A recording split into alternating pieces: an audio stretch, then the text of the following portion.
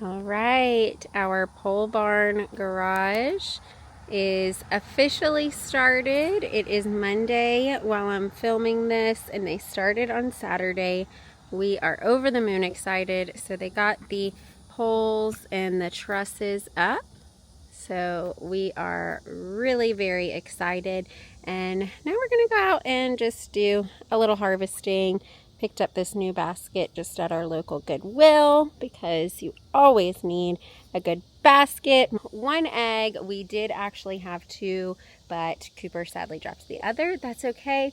But we are up in the high 90 degrees here in coastal Georgia. If not like, you know, it's like that 97 degrees feels like 110 degrees kind of weather right now. So the girls have slowed down on laying a little bit, and that's okay. But we are going to head into the garden. I'm going to show you guys what's been growing over here because I have been so very busy. Real estate is keeping me busy. Y'all are buying houses. I love it. Moving to coastal Georgia. But I haven't had a chance to hop on and, you know, kind of show you guys what's growing. So make sure you follow along on Instagram because I definitely hop on there more often than I'm able to film maybe a garden video. So I'm going to show you guys what's growing, and we're going to harvest some stuff today. All right, so here is the full summer garden. We did end up putting some peppers in this bed up here. This one doesn't have a ton, but these are little cayenne peppers, as you can see. I pulled out the purple cabbage because of course it's too hot, but I do still have the green acre cabbage, and it looks like it's starting to head. I don't really know. I do know that it's a little too hot for cabbage, but we did it anyway, and we're just going to keep those in and see how they do. Here's my jasmine on my arched trellis. You guys probably haven't seen the arched trellis yet. It's been in for a little while, but super excited with how it turned out. Those are so easy. All right, and we have cherry tomatoes going crazy, and this is what we're going to harvest today. So we have a decent amount of them ready to go, and we pick handfuls off of these almost every single day, and they are delicious. We've been doing cucumber, tomato, balsamic, and olive oil little salads, and we love them with a little rosemary or basil in there. So those are really great. And then in this bed we've got our sweet potatoes. They are vining all over. So we planted these 6 first, and then the other day we planted 6 more that we actually started ourselves. So we'll see how the difference of those two go. And then down here in this bed we've got some flowers growing. This one just popped up.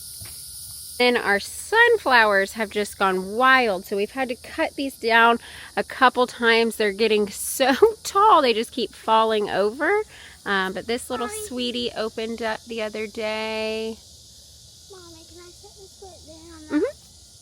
And then this is one that we've cut off of at the very top, and then it popped up like 2 or 3 more. So with your mammoth sunflowers, when you harvest them, so you can tell this one was harvested, and then it actually grew a tiny little one again, and then like these 2 extra ones, and then this little one. So don't just pull them up when they're done, just cut off the top, and then that'll tell the plant to make more. Because a plant's whole goal, anything that flowers, their whole goal is to go to seed. So if we leave the flower on there and let it go to seed, that signals to the plant like, okay, I'm done. I did my job. So with anything that flowers, if you cut it, it will signal to the plant that it needs to grow again so that it can go to seed and, you know, complete its life cycle. So that's something that I've learned from Roots and Refuge Farm. So anything that flowers, you know, go ahead and cut it. So like my zinnias, I need to go ahead and cut. As beautiful as they are to look at in the garden, and they bring great pollinators, I try to leave a few of the sunflowers or any of the wildflowers just, you know, for the sake that I want them to bring pollinators to the garden. That's a huge reason why I grow them. But we do also like to enjoy them inside as well. Over here I've got a little bit of a wild patch growing. So we've got a couple watermelon here just trailing trailing off. No melons anywhere in sight on any of my plants. And then this was our big, beautiful wildflower patch. The wildflowers have since kind of died, and now the zinnias are starting to come in and take over.